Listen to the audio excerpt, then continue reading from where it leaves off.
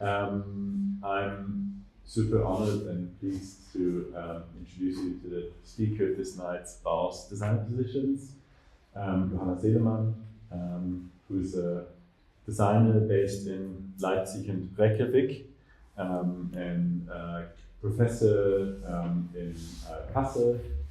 And she actually spent the entire day with us with our students for geologic assemblies as a guest critic, which has been really great. I very, very much look forward to the lecture. Johanna said it would take half an hour, 45 minutes, and then afterwards there'll be time for questions. So without further ado, the floor is yours, and thank you for being here, Johanna. Thank you for having me. Yeah, let me know if you hear me well, and give me a sign if you don't hear me well. I'll try to speak up. I'm not the loudest speaker, but I'll try to speak up and shout as much as I can. So I am leading a design studio, which is based in between Leipzig and Reykjavik. And this is kind of grounded a little bit in my education. So I started studying in Germany, in Halle. And then at some point I moved, went on exchange to Iceland, and I liked it so much because it was so different from Germany and the infrastructure that I stayed and graduated there. And then I spent some time in the Netherlands and worked for a design studio called Fantasma. And then I did my master's in Eindhoven, contextual design at the Design Academy. And since then I've been kind of in between Amsterdam, Germany and Iceland. And at some point I cut the Netherlands. And now I'm mainly between Iceland and Germany. And I think what we're focusing on in the studio, and also have my assistant, Laura, here with me today, we're focusing a lot on, let's say, the context of everyday objects. And I would like to mention I'm working a lot with different people that I highly value. I don't have them all named now in individual projects, but lots of them are basically there. I'm in a way kind of like a mass collaborator. I'm kind of heading the studio alone, but I did a lot of like very intensive collaborations with different people throughout the different projects. And either that's different designers or that's actually people with different fields of expertise. And I'm going to start with a kind of a bit of a context like that led to the way in which I'm working nowadays. And it starts with my bachelor graduation project, which I did with a friend of mine, Gert Steinar. And we basically studied product design in Iceland. And Iceland doesn't really have a producing industry. So already in Iceland, thinking about what product design can do or should be, it's thought way more systematically. And when we were about to start our graduation project, we at the same time, we were poor students. So we kept on going dumpster diving, and we found actually enormous amounts of far traveled fruits behind the dumpsters of several supermarkets and food production companies. And we were like super shocked because especially if you're thinking about bananas, they don't naturally grow in Iceland. And still they are kind of these kind of objects that you take for absolutely granted. You know, you find them in the supermarket every day with a perfect peel and an immaculate shape. And you don't question, because especially if you take a banana on your journey, you know, you get the fingerprints immediately.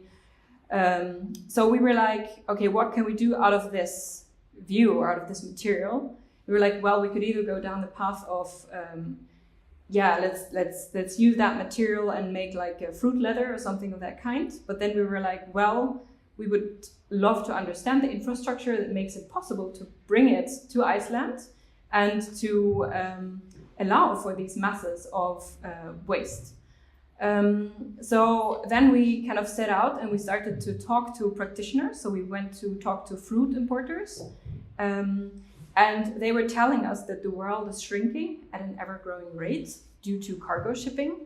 And what you see here is basically the cargo ship journeys across the ocean. And if you're looking at the banana that we found, like we singled one out and took the tag, it came originally from Ecuador to Iceland, which is 8,800 kilometers just by direct air line. But if you look at it more closely at the journey, it normally takes, that's around 12,500 kilometers, because of course it's not traveling the direct airline.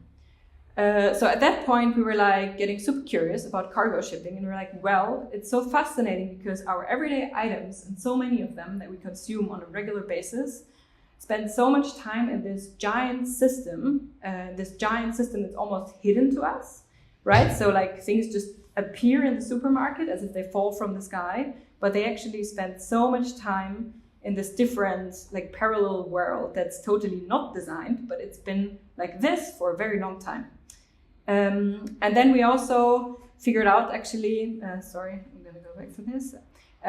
We actually also figured out that at the core of the system, kind of allowing for so much material travel, is the cargo shipping container, which was standardized in 1969. And since then it could travel in between kind of like ships, trains, and trucks. And since then the material flow has sped up a lot. So, and then we were looking at Iceland, and we were wondering, so what could Iceland do, or what does Iceland have to do in this context? And yeah, it was a bachelor work, so we went into many different directions. But like the first thing we wanted to do with this banana was to kind of make an item that's like a prop that kind of tells the story of the banana through this kind of a passport that we did. And there you could see that it would travel 14 days, and it would go through several ports. So normally it would travel through the Guayaquil port, the Canal of Panama, Rotterdam, and then it goes to Iceland in the end. And that's all in specialized cooling containers. Exactly, so you drive the gases and so on. And we thought it was interesting to make this kind of item because kind of you can kind of hide a lot of data or information in it, such as like standardized lengths, standardized banana species, and so on. And later on, we kind of thought of this whole idea of the maiden label. I mean, in the process itself, this is something we did later, because in the process itself, we went to look into the whole context of aluminium and fish and so on, but I cut it a bit shorter. At some point, we kind of looked into the idea of the maiden label, and we thought, well, if you look at maiden labels in your clothes or in other items, you normally get 1 or 2 countries named where it's from, but you've got no sense or no possibility to just even barely understand the kind of journey and hands it has passed through, and the journey it went on. So then we were like, okay, what could an extended maiden label look like? And we thought, well, let's do it like a Where's Waldo image. So you get lots of kind of visual clues to certain kind of like contents and location. And then we would have the days of the kind of like a scale of time, scale of distance, and some location in it. And I think in the end, the whole projects and also the other items we did were all about kind of giving visibility to the things we very much take for granted, which are in our everyday surroundings, and to think about, well, how else could a world look like? And if you think of a banana, that's like a mono-material object, but then if you start thinking of computer, which has many different materials in it, what would a maiden label for that look like? And I guess that's a lot, yeah. But in a way, this was kind of the basis of the practice I have today. It's been a lot of kind of trying to understand the context and kind of the implications and also the responsibility of product designers, because with every, let's say, decision of a material we make, we have an impact, and we set whole chains of action in motion. And that's something that's just been fascinating me for a long time. I'm moving on to the next project, which has a completely different focus. That one actually focuses on trees in the urban context. And when you're thinking of trees, normally let's say trees are often considered in the context of the forest. But if you look at them in the urban context, they have quite a different role, and they're actually quite often exposed to environments which are made purely for humans, and then they're kind of added into spots which are very heated and which have wind tunnels and so on, and the trees are there to kind of cool our cities down again. So we put trees in a very, let's say, extreme conditions, and we expect from them to do well and to give us a certain service. But trees aren't just kind of objects or street furniture, as we tend to treat them quite sometimes, but they are actually living beings, and due to science and also within philosophy, there's more and more knowledge we currently gain about other forms of intelligence that we are not really aware of.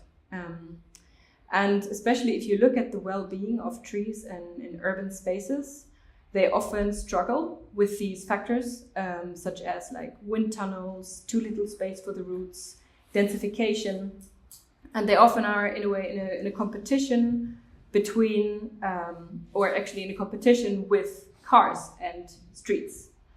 And I thought that was kind of interesting. And just to say how this project started, it was a commission by a museum in Cologne, which did an exhibition about trees, and they were like, we would like you to look into trees in the city. And I had just worked with the studio from Vataspa before, and we did a whole project on wood trade and timber and so on, and kind of looking at trees, I just realized it's a completely different story, because they're treated like trees in the city are treated completely differently, and they have different kind of stress factors. And learning about that, I kind of also found out that at the center of their well-being is access to clean water. So in a way to withstand all of these other stressors, you would want to have access to clean water to, so they could be strong enough. And then I looked into watering systems and came across in-ground clay pitcher irrigation, which is a watering system that was already used by the ancient Greeks and the Romans, which is, it's a vessel out of terracotta that you bury in the ground, and you surround it with soil. You fill it with water, and you put a cap on top.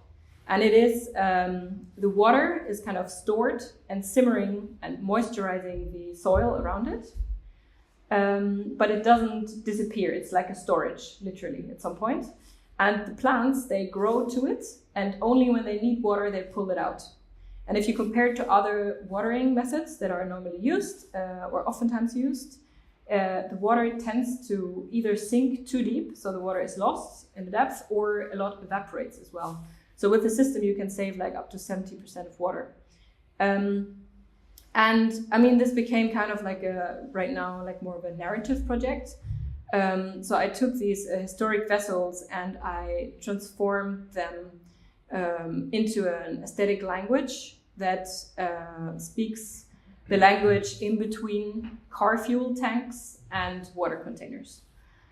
So they are basically intended to be buried in the ground. Here you can see we did a lot of different, this was the mold making process, which was quite complex. With ceramicists together, and we made a lot of tests on the different clay types to make sure we fire it at a temperature that it stores and releases the water enough, which means it's low fired. And the idea was basically to make objects that function, which you can bury in the ground, but in order to make them function, you need to do the sacrifice of actually burying them in the ground. And then we did a second version as well, which was higher fired. So you would have two versions. One could be actually sit in the home and be an actual vase for humans. And the other one, the brighter one, is supposed to be buried in the ground. And then this kind of approach was something which I took further later on. And this leads to another project, or like an exhibition, which I was showing in Milan, which is called Micrographia. And kind of like picking up this idea of that the city isn't something which we inhabit alone, but we have other species like trees, like animals, like insects, led to this series of objects. And it started from a dialogue with urban biologists in Milan, which research urban biodiversity. And at some point, the biologists said that there is a trend of insects fleeing into the city from the countryside due to our excessive use of pesticides in agriculture, which then means that cities need to become places for biodiversity protection. And it's not only insects, it's a lot of different species, like different kinds of bats, different kinds of birds, even pigs during a certain time of harvest are fleeing into the city. And then, for example, in Berlin outskirts, people are complaining that they're in their garden.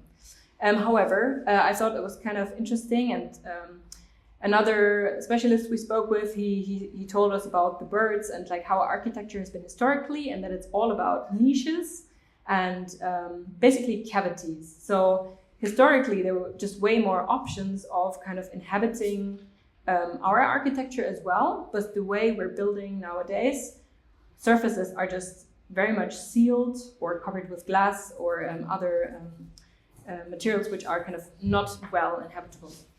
And I'm gonna jump over this one because we don't have endless time.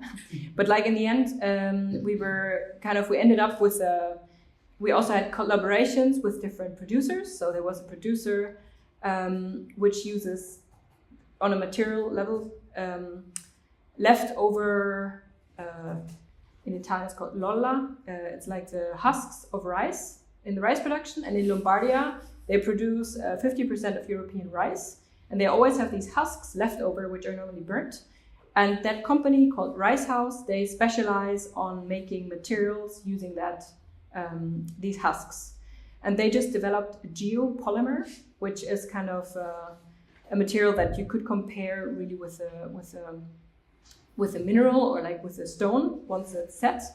That's a material we could print, but we could print a maximum of 3 centimeters because they had just developed it and they weren't finishing figuring out all the technical details. So we went into developing like facade elements that are inhabitable as well. So kind of the idea was, what kind of objects in the city could we use or would make sense that are usable by both humans and more than humans? So on the right side, you see like pathways for bees, and that were all kind of details we got from the biologists. They told us how deep they need to be, what diameter they would kind of prefer.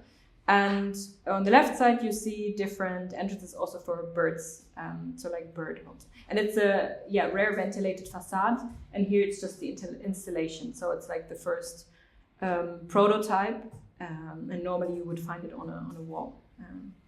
And right now we have them placed on a roof in Milan, and we're kind of testing the performance of the material, also in terms of heat, how it's evolving, because of course birds and insects also need special kind of properties, material properties. But essentially it's all about cavities. And it's like, this is just one way to translate it, but there are so many different other ways in which you could include or make holes or allow for others to inhabit the city more. And one more thing which we had in this exhibition in Milan was seed bombs.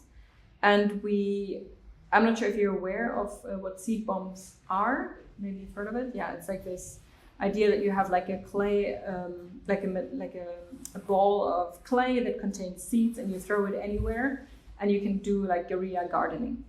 And the biologists, of course, made us aware of the fact that, of course, you can have cavities, but then you also need the food, the appropriate food. And a lot of which I wasn't aware of, a lot of the greenery and plants we have in the city are, of course, catering us because we like them, because they're beautiful. But a lot of native butterfly and insect species are oftentimes linked to a very specific plant. And if you don't have that plant anywhere nearby, they won't come back. So they kind of prepared or recommended us a mix of seeds that would be native and local, and that would kind of grow throughout the year, because you would want to cater them with food throughout the different seasons. So we made like 500 small kind of seed bombs, which people could take away and throw in the city. And all of them were gone in the end, luckily. And then we had some bigger ones, which were just paperweights for the research we had done, which we had also displayed.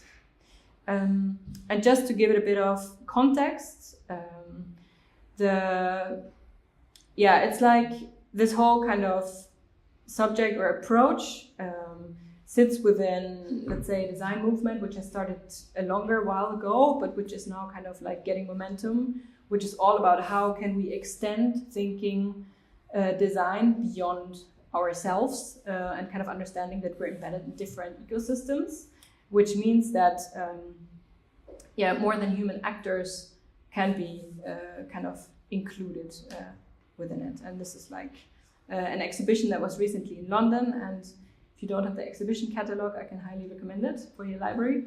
It's quite nice and split in different parts. So just a recommendation to look at. Then moving on to another project, which relates to rituals. That's called Harvest Crowns, and it started with a group of designers, and we went to a farm near the Bodensee, Lake Constance, I think.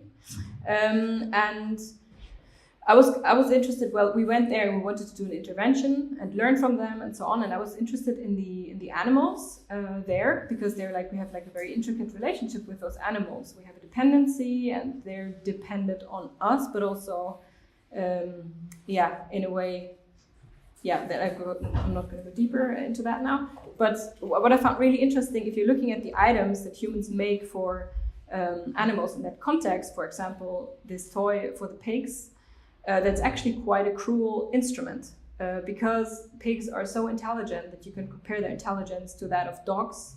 And if they're bored, they tend to bite off each other's tails.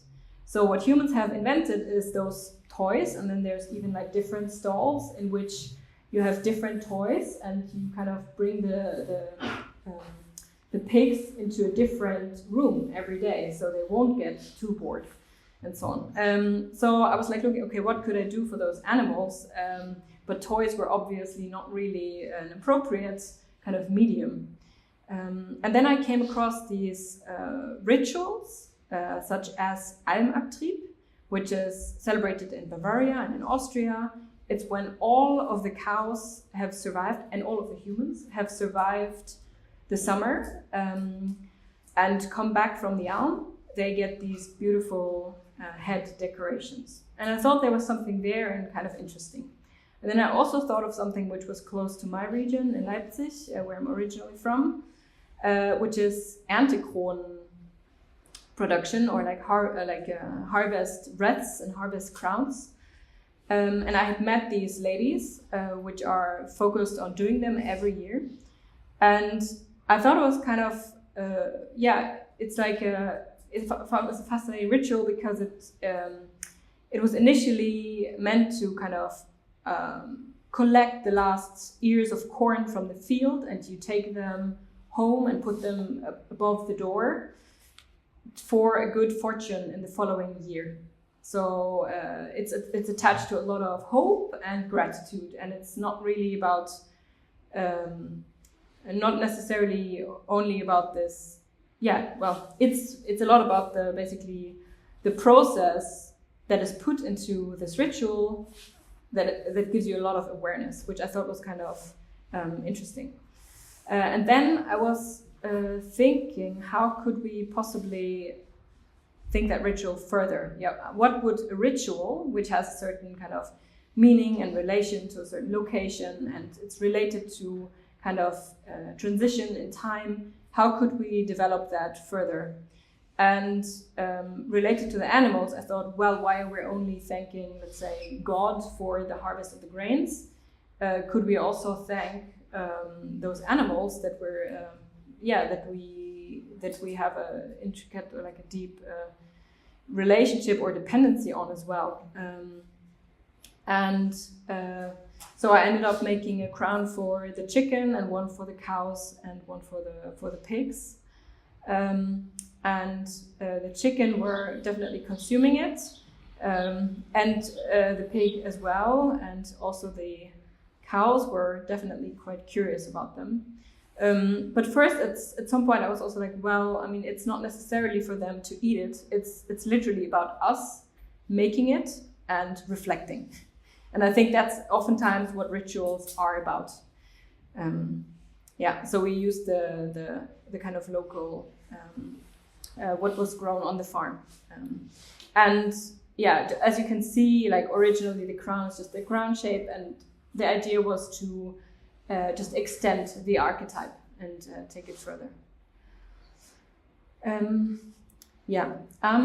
gonna move to the next project, which is a rather recent one, which we have shown in the Grassi Museum in Leipzig in 3 different phases. So what was tricky and interesting about this project is that we had a collaboration with the Fraunhofer Institute, and they have a field that's called Innovations and Futures, and the Grassi Museum, which has an exhibition about futures.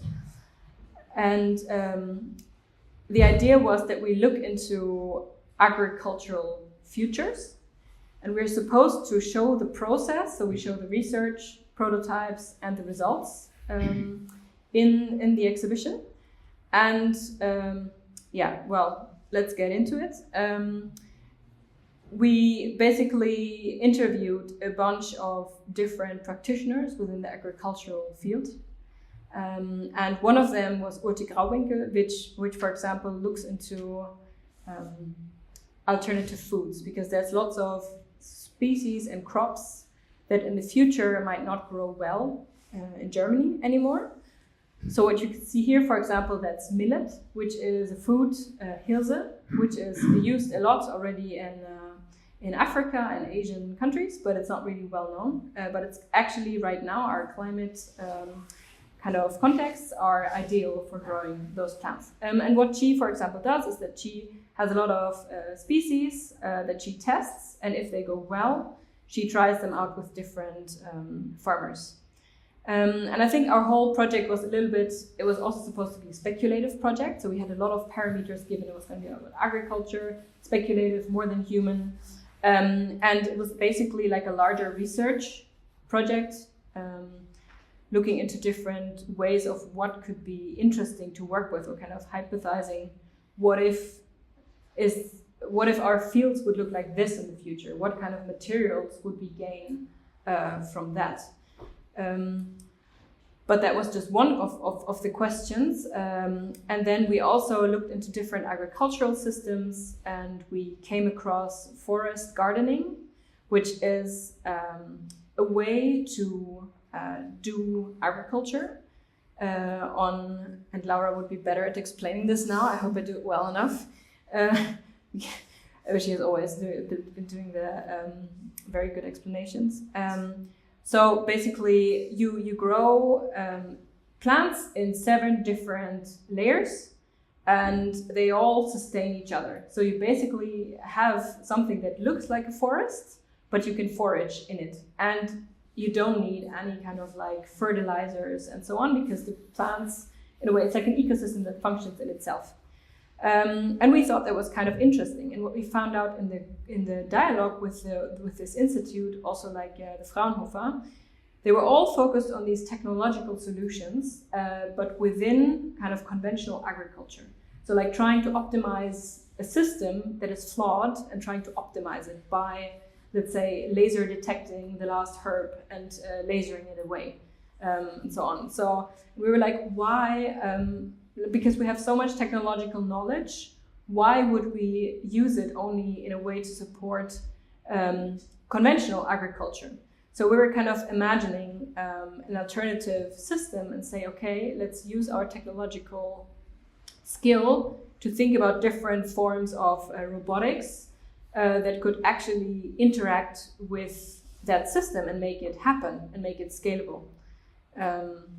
So there was a whole variety of machines that we also picked up from different researchers and that we kind of repurposed as agricultural machines and proposed just in a what-if scenario. And in the end, we also had some objects because we wanted to kind of link it to everyday items of a society that lives with this form of agriculture. I admit it's a bit complex to explain, and I have done it once before. So I'm a bit like, how do I get the narrative straight? It's like the more distance you get from the project, the more clear it gets. But it's still a bit all over the place. But yes, well, so we were also working with these agricultural wastes, and we were looking at also the nutritional system. And we learned, for example, that there is a kind of toilet in which you're gaining nutritions from humans back, which are also a relevant source of nutrition. There's other research done on that. And that's a urine diverting toilet, where you split urine and excrements. So that's one of the items we kind of design as prototypes. And then a bokashi tray, which is a certain way of fermenting your food wastes that turn into, let's say, sauerkraut for the soil very, very quickly. And other items that would represent like a glimpse of that society. Okay, I've got two more craft-related projects left. I hope you're still with me. Fantastic. Okay, good. There's one project which I've been running with a group of designers, which some of have dropped out and in. And mainly it's Robert Damisch with me now, working on this, and my team, of course. And that kind of looks at the history of wooden crafts in the Ore Mountains, Erzgebirge. And they're well known for Christmas decorations, which is just the time we just had, you might be aware of it. And there's certain object typologies which they used to have, such as these wooden chandeliers, which are quite fascinating. And there's a lot of skill and a lot of sophisticated systems of dealing with tiny parts that are all kind of like assembled, reassembled in different ways. So like one piece can be the nose, the foot of another object. And we went in that region and spoke with the Denkstadt Erzgebirge, which is an initiative in Seifen that tried to basically bring back or make the craft attractive for younger people because they're heavily struggling with demographic changes. So like within the next, let's say 8-9 years, 50% of those people will retire without the succession. So they're like, a few of them are trying very hard to make the craft kind of attractive and regain people. But I heard that this year there's been more applications for craftsmanships than in the past years. So yeah, side story. Well, one of those techniques that you can find there, which is quite fascinating, is Reifendrehen. I'm not sure if you've heard about it. It's a certain way of lathing. It was like one of the first mass production techniques, which means that in the 18th century, I think it was, and you make a hoop and you cut it, you slice it into many pieces, you get 50 to 60 pieces of animals that you then whittle further. So that's a technique which is only done by one company and the museum over there. It's like there's lots of, let's say, endangered techniques which are only practiced by very few people. Here again an insight, there's like toy making, but a lot of the crafts have kind of specialized on Christmas markets, which is a very present market, but at the same time they're really struggling with competition also from abroad. And I think, this is again like different types of tree making, whether on the lathe or handmade. I guess most of you have seen these before.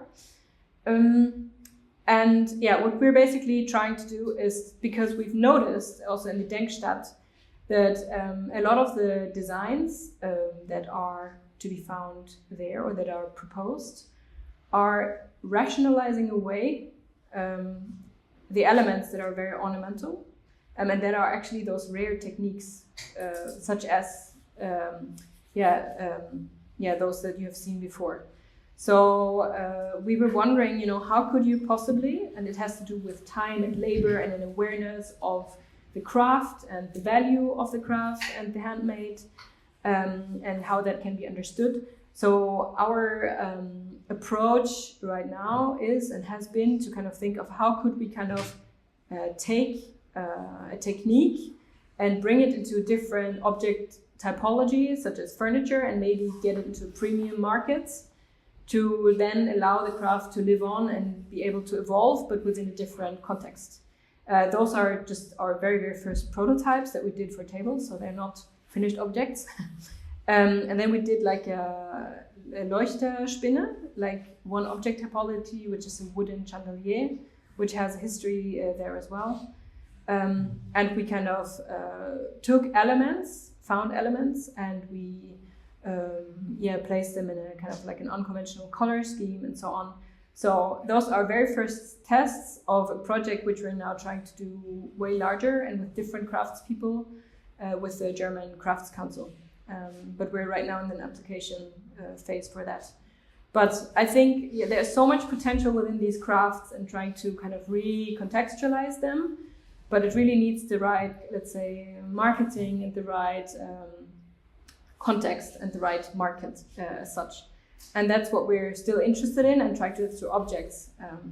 Those are just, let's say, the first translations that are quite also extreme in their language, which can be also way more humble, so to say. Which leads me to the last project, which I'm speaking about today, that takes place started in Germany and has now kind of moved to Iceland. It's a project relating to glass, especially recycled glass.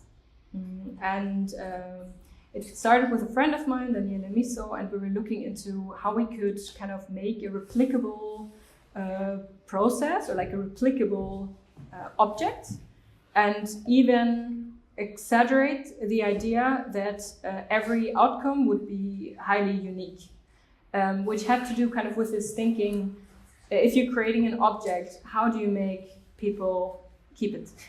I think that's kind of the basic idea, which I was thinking about during my bachelor as well, just thinking about it, not doing a project about it. But it was basically, what are the ways in which you kind of create a relation to an object? And I think one of it is kind of understanding how it's made. Another one is kind of, a very unique piece in the end. So we started working with air inclusions, and air is something which you would normally want to get out of the glass. In many cases, of course, there's like special decorative kinds in which you want to have it in, but normally glass blowers work towards getting the air out of it.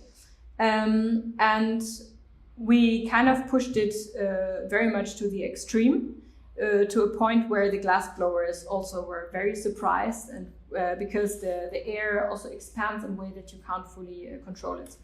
And this is the glass studio where it moved now in Reykjavík, outside Reykjavík. And that's it's an interesting one because it's A, the only glass blower in Iceland, and B, he only works with recycled glass. And that glass comes from a company which has around 15 tons of glass waste every week left over, just from the building industry. It's window offcuts. And that's also why it's this turquoise, has like a higher iron content, and it's also more sturdy to work with. So lots of glass blowers here would maybe not want to work with it because it's harder to work with. It's more, let's say, resisting somehow. And because he's a one-man studio and he has limited capacities of tools, kind of all the objects that we did were kind of limited to the capacities of one glass blower. So like one lamp that's kind of like one arm's length, so to say, and the dimensions of the objects were, all so they could fit in back into the kiln and we could handle it basically. And I've been working with him also in the studio and been assisting him for a few months this year, which was quite fascinating. And we kind of took this idea of air inclusions further, and we tried to translate it into furniture based on the gallery that we were working with, or like upon the idea of that gallery that we were working with. And then we also collaborated with the lighting company, which helped us turn them into lights with good technology. And last but not least, this is like a video of the insight into the process, which I would just like to share with you.